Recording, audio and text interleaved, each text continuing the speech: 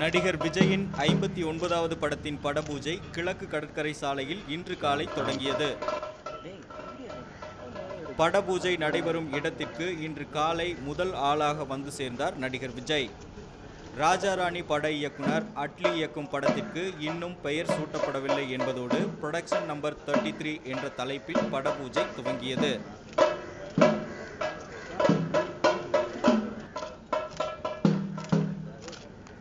படத்தின் இசையமைப்பாளர் ஜி.வி. பிரகாஷ்குமார் என்றும் ஒளிப்பதிவாளர் ஜார்ஜ் வில்லியம்ஸ் என்றும் தெரிய வருகிறது.